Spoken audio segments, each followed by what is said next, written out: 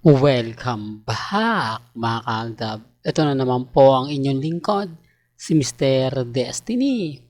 At magbibigay po tayo ng pinakamainit na update po ngayon sa social media. Trending na naman po si Mengay, no? Mas tinalo niya na naman po si Nakatrin at si Alden Richards. Patunay lang po yan kung gaano nga po ba karami pa rin ang sumusuporta kay Maine Polkerson. Taliwas po sa mga sinasabi na bagsak na, di po ba, ang karir ni Maine Mendoza. Kaya nga po sabi ko sa inyo, dito po sa channel ni Mr. Destiny, marami po kayong malalaman na ayaw po nilang marinig, ayaw po nilang mapakinggan. Ibig kong sabihin, yung mga kwento po nila, hindi naman po talaga umuubra. Hindi naman po talaga masasabi mo na kumbaga yung tipong sumusuporta po sa kanila. Di po ba? Real talk to mga kaaldab. Kaya nga po kapag ako nagbigay ng mga kaganapan, lalo na nga po pagdating kina Alden Richards at kay Maine Mendoza, talagang angat na angat po tayo.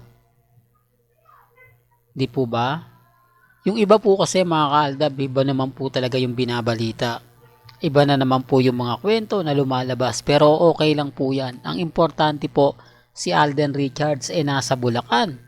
Nasa Baliwag nga po daw siya. At syempre kapag ka nasa Bulacan, si Mr. Paul Carson, matik na yan, di po ba?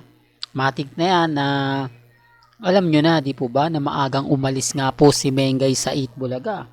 Pagkatapos nga po raw ng bulagaan o ng 8 Bulaga, agad-agad nagparamdam na. Ito yung mga lagi kong pinapa o sinasabi at paulit-ulit po. Wala naman po silang i-update na pambasag po kay Mr. Destiny. Hindi nila naman pwedeng sabihin na yung mga pinapaliwanag ko walang kumbaga simula. Remind ko lang po sa inyo sa mga bumabatikos po sa akin ng mga baguhan para lang klaro, para lang po marinig po ninyo. Si Alden Richards po at si Catherine, wala po silang relasyon. Mga fans lang po ang namimilit. Mga fans lang at mga ibang tabloid ang kumbaga nagpupush. Bakit? Kasi binabayaran sila ng ABS-CBN. Kumbaga para nga po talaga mas maraming tumangkilik, para mas maraming nga po manood. At lalo na pong pagpiestahan. Wala pong issue po na nanggagaling sa GMA, sa ABS-CBN, sa GMA Network, wala po. Patunay lang po yung mga kaaldab na puro fake news po sila. Kasi una sa lahat, ako una makakabalita niyan. Ako una nag-iimbestiga. Ako yung unang nakakaalam. Dahil lagi po tayo sa social media. Yung iba nga po nagugulat Sinasabi nila, wala naman doon. Po ba? Anong oras nga po ba dumating si Richard Paul Carson? At anong oras naman umalis si Catherine? O dumating? At sabay sila nagsama. May mga point mga kaaldab na sinasabing point na kung saan sila magkikita para lang kumbaga masabi na sila na nga talaga yung magkasama. Taktika po yan Normal na lang po yung mga bagay-bagay na ganyan. Normal na lang po yung mga sinasabi nila kasi hindi naman po talaga yan totoo. At lahat po ng mga nababasa ninyo na bali-balita wala pong katotohanan yon. Kasi una sa lahat, madali naman po kung ang GMA o ang Itbulaga o yung ano ba yan? ABS-CBN po yung magbabalita. Hindi po ba mas maganda? Hindi po ba mas pumapabor po sa kanila? Mas talagang kagigiliwan? Di po ba? Real talk to mga kaaldab. Kaya lang wala Basag lang po sila. Ayaw lang po nila na kumbaga tayo po yung nagbibigay ng balita. Galit po sila kay Mr. Destiny. Inis po sila kay Mr. Destiny. Kasi nga po, nasa atin po yung mga bagay-bagay na kumbaga hindi nila inaasahan na mababanggit natin, Nako, binabasag na naman tayo ni Mr. Destiny. Sinasabi niya na kumbaga magkaibigan lang sina Catherine, sina Alden, etc. etc. Di po ba?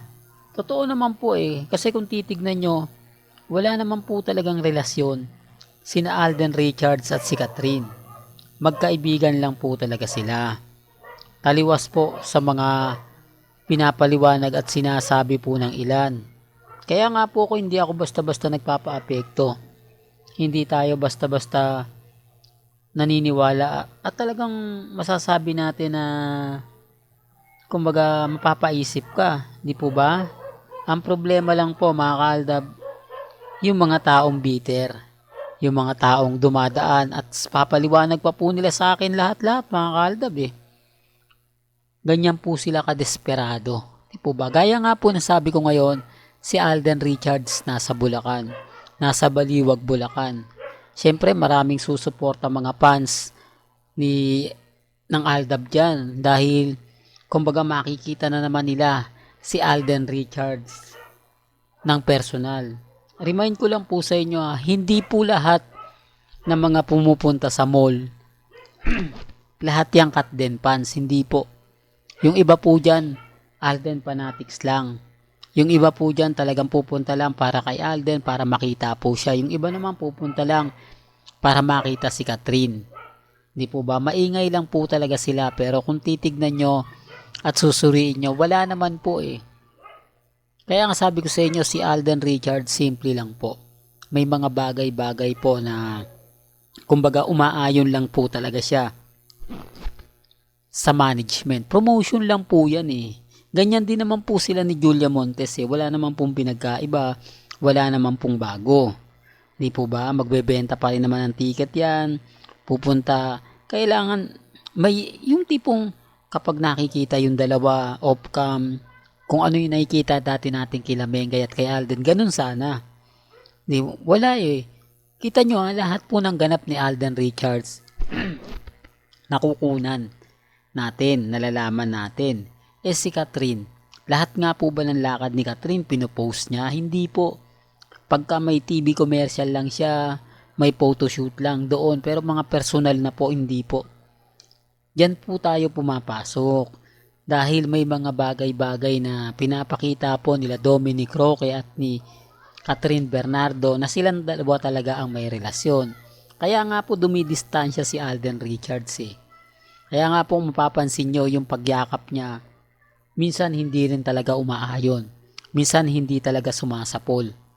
Di po ba? Real talk yan. Kaya nga sabi ko sa inyo itong weekend, family bonding moment. Kaya yung mga pahayag ng iba na porket nasa Bulacan si Alden, pupunta siya kay Mengay, etc. etc. Di po ba? Nasa bahay.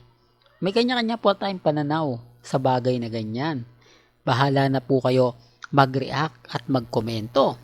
Well, hanggang dito na lang po ang ating latest updates. Kaya kung gusto niya pa po ng pinaka-latest at sariwang update, abay tumutok lang po kayo dito po sa channel ni Mr. Destiny para updated po kayo sa mga latest at sa mga bagong video po na ilalabas po natin maya-maya lang. Kaya kung bago ka lang sa channel na to at isa kang true-blooded Aldab Nation na nagmamahal kina Mengay at Isoy, tama po ang channel na pinuntahan mo, kaya consider na po kitang bagong subscriber. At huwag mong kalimutang i-share ang mga video po natin sa mga mami, sa mga titas, at sa mga senyor. Hanggang sa muli, salamat po sa panonood at pakikinig.